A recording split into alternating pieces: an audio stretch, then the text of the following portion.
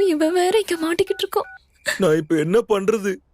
இரு, அவர் இப்பதான் வெளியில போயிருக்காரு. அப்ப என்ன அனுப்பிடு. டேய் இருடா, என் வீட்டுக்காரர் இப்பதான் போயிருக்காருன்னா 7-8 பேர் வந்திருக்காங்கடா. சரியான நேரம் பார்த்து கதவை திறக்கிறேன். வெயிட் பண்ணு.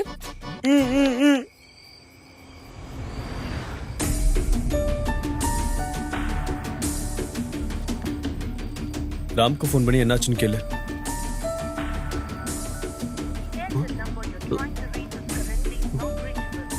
நாட் ரீச்சபிள்னு வருதுடா. அப்போ ஹாஸ்பிடல்ல சீனு இல்லாம மச்சான் மாட்டிட்டு இருப்பானோ? என்னது சீனு இல்லையா? நீயே சமாளி. என்னடா ஏதோ மேனேஜ் பண்ண சொல்ற? ஒண்ணும் இல்ல சார். என்னடா சொல்ற? மகேஷ், என்ன ப்ராப்ளம்? எனக்கு என்னமோ இவனுங்க நடவடிக்கையெல்லாம் பார்த்தா கொஞ்சம் சந்தேகமாவே இருக்குடா. உண்மையிலேயே இவனுங்க நம்ம சீனுவை பத்தி தான் சொல்றானுங்களா? 4 போட்டா அவனுங்களே சொல்ல போறான்னு. அதுக்கெல்லாம் போய் எதுக்குடா அடிக்கணும்? இந்த குரூப் போட்டோல சீனு யாருங்கிறத ஒழுங்கா கண்டுபிடிச்சு சொல்லுங்கடா பாப்போம். சீனுவ சொல்லுங்கடானா திருட்டு முடி முடிக்கிறீங்களே, ஏன்டா? நீங்க தானே சீனுவ ஹாஸ்பிட்டல்ல சேர்த்ததா சொன்னீங்க. கண்டுபிடிங்க, இதுல யாரு சீனு?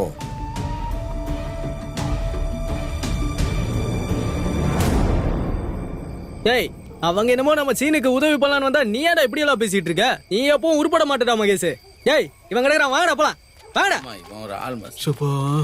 டேய், எப்படிடா கரெக்டா சொன்ன? அங்க பாரு, எங்க பாரு, 360 டிகிரில பாரு. டேய், சூப்பர்டா. போஸ்டர் இருக்கவே நம்ம தப்பிச்சோம். இல்லனா டேய், நம்ம ஏதாவது பண்ணி பாபியை காப்பாத்திலாம்டா. எனக்கு நம்பிக்கை இருக்கு. புருஷனை வெளியே அனுப்பிட்டு கள்ள புருஷனை பாத்ரூம்குள்ள பூட்டி வச்சிருக்கிறது எங்களுக்கு தெரியாதுன்னு நினைக்கிறியா?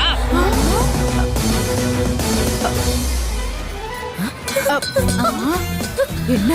அப்படிலாம் ஒண்ணு இல்ல, எனக்கு ஒண்ணும் தெரியாது. அப்படிலாம் ஒண்ணு இல்ல.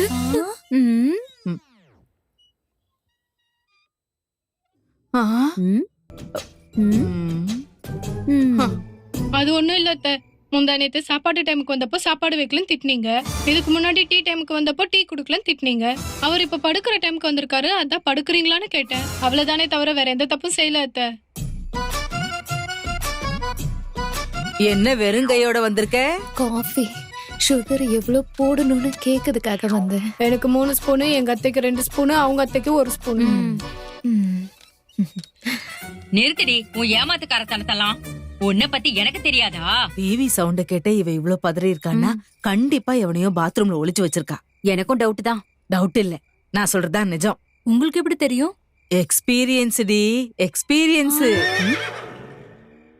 பாவம் மாமனாரு. சிரிக்காதீங்கடி, சிலுக்குங்களா. முதல்ல அவன் எங்க இருக்கான், எப்படி கண்டுபிடிக்கலான்னு சொல்லுங்கடி. இரு, இப்ப நான் பாத்ரூமுக்கு போறேன்னு கேக்குறேன். அதுக்கு ஓகேன்னு சொல்லிடுச்சுன்னா எவனும் இல்ல. வெளி பாத்ரூம் யூஸ் பண்ணிக்கோங்கன்னு சொன்னா கண்டிப்பா எவனோ இருக்கான்.